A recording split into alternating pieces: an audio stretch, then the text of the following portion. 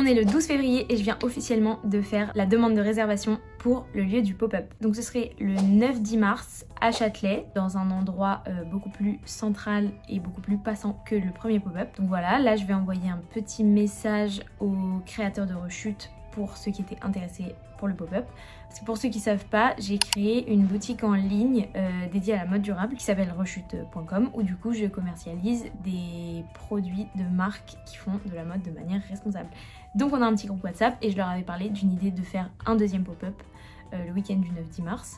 Et il y en a qui étaient chauds, donc là je vais les prévenir que le lieu est bien booké. J'attends juste la confirmation de la dame auprès de qui j'ai fait la demande. Croisez les doigts, j'espère qu'il y aura plein de gens et que ça va trop bien se passer. Je vais vlogger pendant toute la préparation pour vous montrer un peu les coulisses de la préparation d'un pop-up.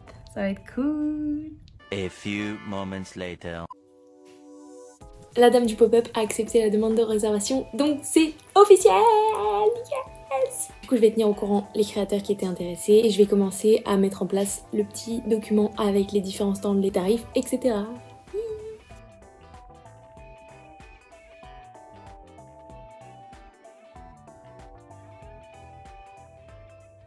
L'idée c'est de donner envie aux marques de booker un stand avec nous pour le pop-up. J'avais déjà organisé un pop-up en juin dernier et j'avais choisi de le faire à Pigalle parce que je voulais pas que ce soit trop loin de chez moi au cas où.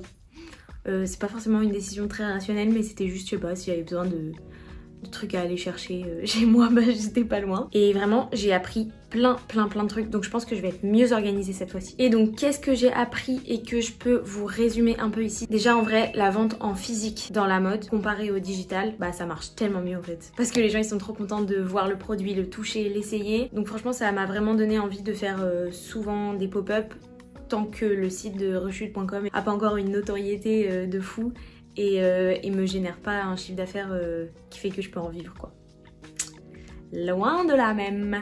J'ai appris que dans l'orga d'un pop-up, il y a énormément d'opérationnels. Genre, il y aura toujours des petits trucs qui vont pas. Genre, il y aura toujours des petits soucis à régler. Du coup, ouais, faut garder la tête froide quoi. Je dis pas que je suis la meilleure pour faire ça. Moi, je me fais vite... Je me noie vite dans un verre d'eau quand j'ai beaucoup de gens qui me parlent en même temps ou de trucs à penser en même temps. Mais là, j'y vais en étant préparée.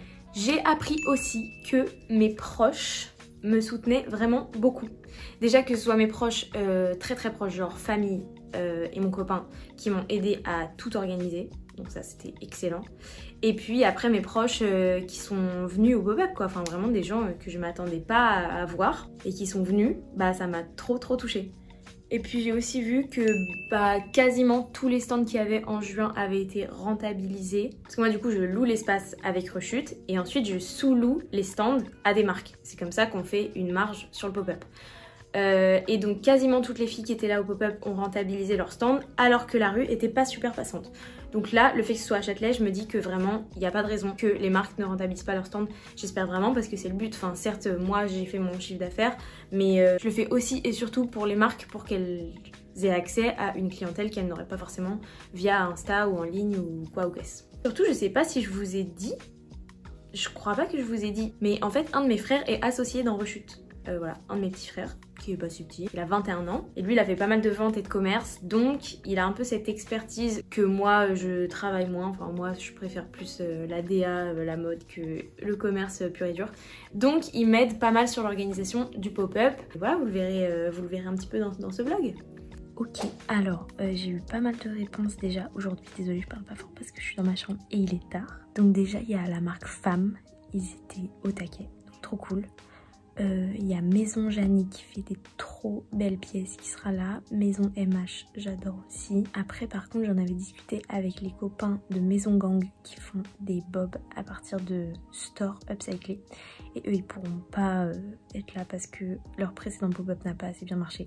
Je vois de l'entrepreneuriat, pas assez de trésorerie. Morgane de la marque Mogo était chaude mais finalement le stand qu'elle voulait a été booké donc elle participera pas. Puis demain je vais faire une petite story sur Insta pour ouvrir les places à des créateurs hors rechute. Et là je vais me préparer à aller me coucher. Bisous.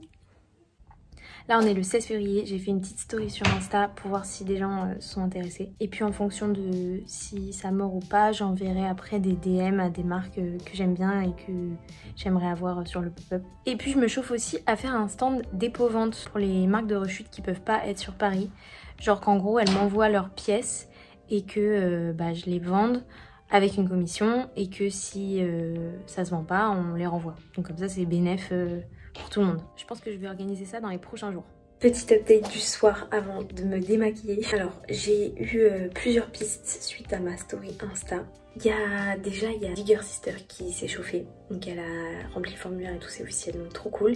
Et puis il y a Shiyadai Crochet, donc c'est deux sœurs qui font du crochet, qui réfléchissent. Pareil pour Marguerite de Z Growitch, je sais pas comment ça se prononce, désolée Marguerite. Et aussi une marque qui s'appelle Sainte-Prix.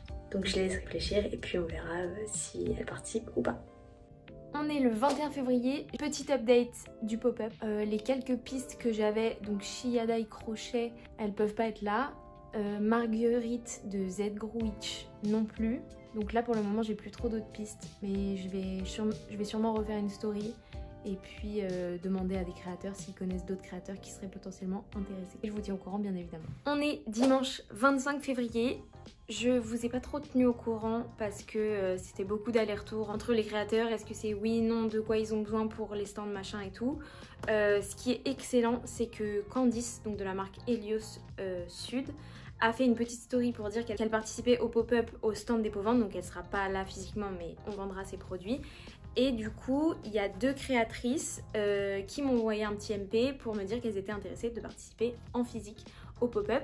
Donc il y aura la marque de bougies L'Adorée, qui sont des bougies trop jolies, donc c'est trop cool, et Blondie Vintage. Donc c'est deux créatrices qui sont trop mimi, trop sympas. Là déjà le feeling il passe super bien rien que par message, donc j'ai trop hâte de les rencontrer en vrai. Elles ont pris leur place pour le pop-up, donc c'est trop cool, on commence à avoir un bon petit groupe, beaucoup de jeunes femmes très sympas. Donc j'aime beaucoup ce mood, ça va être cool, ça va être génial.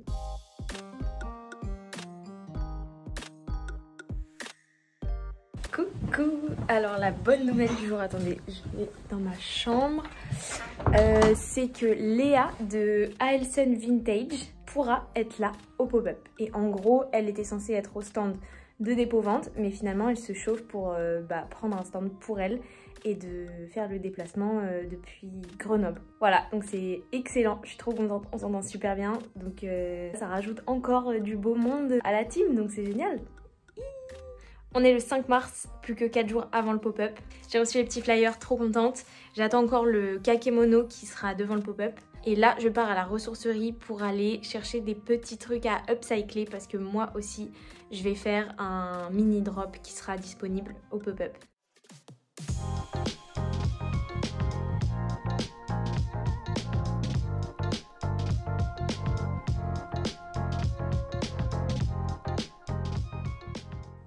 On est à J-2 du pop-up et ce matin c'était un peu la m***.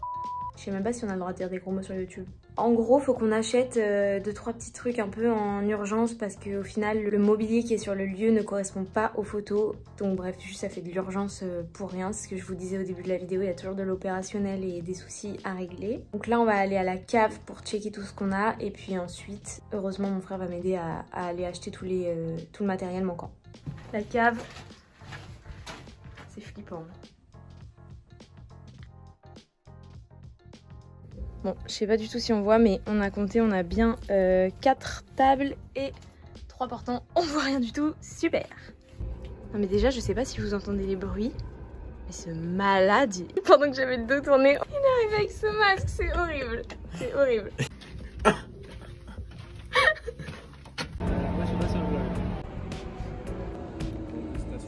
Là, on est en train d'installer, c'est le rush complet.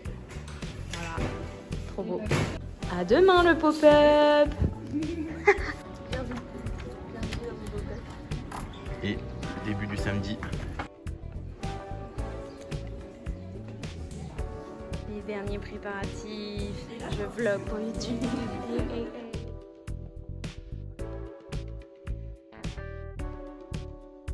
Ok, tout est en place. Moi je suis en bas du coup au stand Dépôt Ventre Chute qui est trop beau.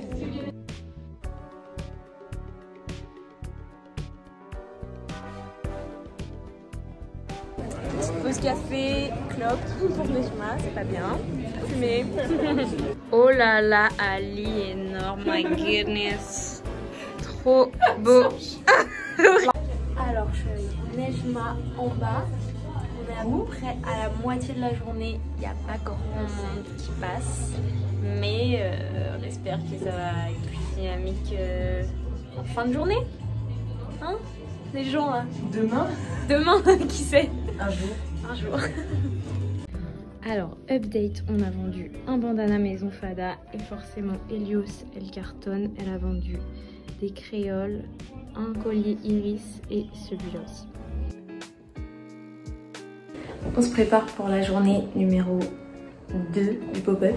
Hier c'était très cool, il y a une ambiance de fou en vrai entre les créateurs, genre vraiment tout le monde est adorable, beaucoup trop sympa et tout, donc ça c'est génial, genre hyper positif. Et juste on n'a pas eu tant de visites par rapport à la rue, enfin, genre à l'emplacement dans Paris, donc un peu décevant, surtout qu'il pleut. Aujourd'hui normalement il pleut moins, j'ai pas mal d'amis qui devraient passer et aussi on va essayer de mettre un portant devant avec une petite sélection de chacun et ça devrait donner un peu plus envie.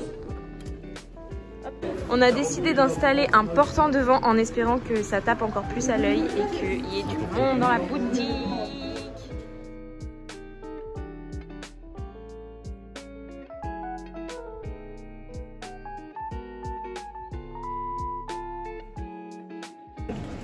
Là, il y a mon frère qui est en train de vagabonder, donner des flyers aux gens. Je sais pas si vous le voyez, mais il est là, en bleu. Et ça marche plutôt pas mal.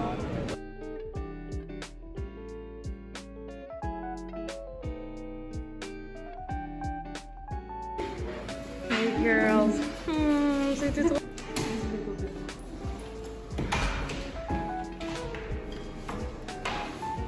Je fais un travelling en fait. Il y a personne en bas.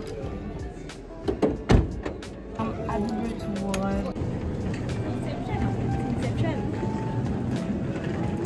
Coucou, c'est la Pénélope du montage et en fait je me rends compte que j'étais totalement dans le rush dans le pop-up donc j'ai pas tant filmé et puis surtout je vous ai pas fait de fin de conclusion pour vous parler un peu de mes impressions du pop-up. Alors pour rien vous cacher, le samedi il pleuvait de fou, il y avait pas beaucoup de passages, on n'a pas beaucoup vendu. Franchement le samedi soir c'était vachement la déprime, je me suis dit mais si on ne vend pas en plein milieu de Châtelet samedi après-midi, on vend où en fait? Mais bon, j'avais quand même espoir que le dimanche soit un peu différent. Le dimanche on a mis un portant dehors avec une petite sélection de produits qu'on trouvait jolis et en fait le dimanche les gens à Châtelet étaient dans un tout autre mood, genre je pense que le samedi ils y vont pour faire leurs courses et bam bam, pas le temps de faire autre chose et le dimanche c'était un peu plus brunch et après on se balade, shopping etc.